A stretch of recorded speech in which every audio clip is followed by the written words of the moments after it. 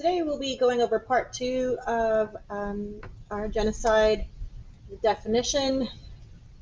So a genocide in Cambodia took place in 1975 with a leader named Pol Pot. His army was known as the Khmer Rouge. They had been waging a guerrilla war against the government for years, and when the United States withdrew from Vietnam, communists retook the region and supported Pol Pot's army. Once in power, Pol Pot began to radically experiment to create a utopia, which he was inspired by, in part, by Mao Zedong's Cultural Revolution. And he had witnessed this when he visited communist China. And so we are going to learn about Mao Zedong's Cultural Revolution later in our genocide unit. So he began declaring this year zero, and that society was about to be purified. So any influence from Western culture, any capitalism, city life, religion, all foreign influences were to be extinguished or done away with in favor of an extreme form of peasant communism. All foreigners were kicked out of the country, all embassies were closed, any foreign economic or medical assistance was refused. The use of foreign languages was banned. Newspapers, television stations were shut down, radios and bicycles confiscated, mail and telephone usage curtailed. Money was forbidden, all businesses were shuttered, religion was banned, education was halted, healthcare was eliminated, and parental authority revoked. So even parents had no rights over their own children. And so he took complete control of every aspect of their society. Cambodia was sealed off from the outside world. Phnom Penh, 2 million inhabitants were evacuated on foot into the countryside at gunpoint. As many as 20,000 people died along the way. So he took all of the people in the city, 2 million of them, and forced them into the countryside because he wanted a peasant society. He wanted them to work the countryside for them. So millions of Cambodians were accustomed to city life were now forced into slave labor in Pol Pot's killing fields, where they soon began dying of overwork, malnutrition, and disease.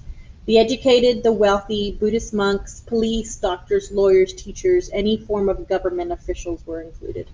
Anyone suspected of disloyalty to Pol Pot, including eventually many of his leaders, were shot and violently killed. And his slogan was, "What is rotten must be removed." By 1979, 2 million people had been killed by the Khmer Rouge. That year, Vietnam launched a full-scale invasion of Cambodia, seeking to end his attacks on the border of the two countries, and by 1979, Phnom Penh fell and Pol Pot was deposed. The Vietnamese then installed a puppet government, meaning they were in control and tried to make the life of the people better. Then we can talk about the Rwanda genocide. So on April 6, 1994, the next 100 days, up to 800,000 Tutsis were killed by Hutu militia, which as many as 10,000 killed each day. Rwanda is the smallest country in Central Africa with 7 million people, and it's comprised of two major ethnic groups, the Hutus and the Tutsis.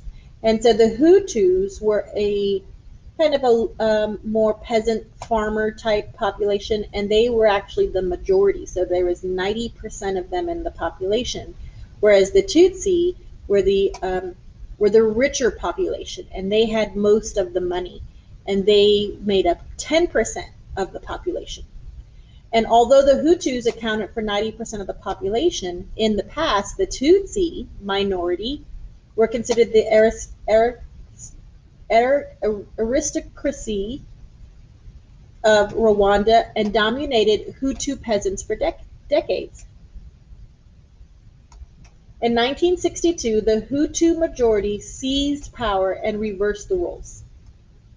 So the Tutsis were in charge for years, and then all of a sudden the Hutus decided that they wanted to be in charge. They seized the power. They became the ones in charge, and they began oppressing the Tutsis through systematic discrimination and acts of violence. And as a result, 200,000 Tutsis fled to the neighboring countries, and they formed a rebel guerrilla army. The Tutsis now had control. Oh, I'm sorry. Let's see. So this is just a recap, right? The Hutus seized power and oppressed the Tutsis, and the Tutsis formed a guerrilla army. In 1990, this rebel army invaded Rwanda, and they forced the Hutu president into signing an accord which mandated that they would share power. So that's a good thing, right? And so they had a ceasefire agreement, but the Hutus, they had extremists, so people who were extreme about their beliefs, they threatened to violently oppress sharing any power with the Tutsis. And on April 6th, there was a small jet carrying the Rwandan president was shot down by ground-fired missiles as it approached Rwanda's airport. And immediately after, Rwanda plunged into violence as Hutu extremists, remember these are the 90% of the peasants, the farmers, began targeting prominent opposition figures who were on the death lists and included moderate Hutu politicians, so even their own kind who wanted peace, and many of the Tutsi leaders. And so this was a picture of them being refugees and marching out to find safety. So the killing then spread through the countryside as the Hutu militia began indiscriminately killing Tutsi civilians. All individuals in Rwanda carried identification cards, specifically their ethnic background, specifying their ethnic background, a practice that was left over from the colonial days. So they were called tribal cards. Now, this meant the difference between life and death. So based on their tribal cards, depending on what they said, was going to determine whether they lived or not. The Hutu, now without opposition from the world community, because all the embassies were evacuated, no one is stopping them. They violently killed defenseless Tutsi families everywhere they were found. The Rwandan state radio, controlled by Hutu extremists, further encouraged the killings by broadcasting nonstop hate propaganda and even pinpointing the location of Tutsis in hiding. The killing only ended after an armed Tutsi rebels invading from neighboring countries managed to defeat the Hutus and halt the genocide in July of 1994. By then, over 1/10 of the population, an estimated 800,000 people, had been killed. So these are two different examples of genocides around the world. A Cambodian genocide in Cambodia after a Vietnam War, and the Rwandan genocide, which happened not too long ago in 1994. And so remember, we're learning about this so that we can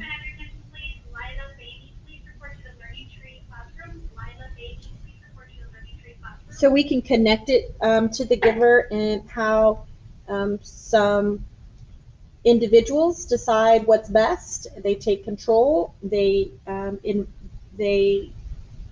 force their rule onto everyone in this society, and because they believe that they are right, and so they want to eradicate any ideas, any thoughts, any knowledge that they did not deem important or necessary. So that's all we have as far as the genocide part 2. Sorry it's so sad and dreary, but I hope you have a good day.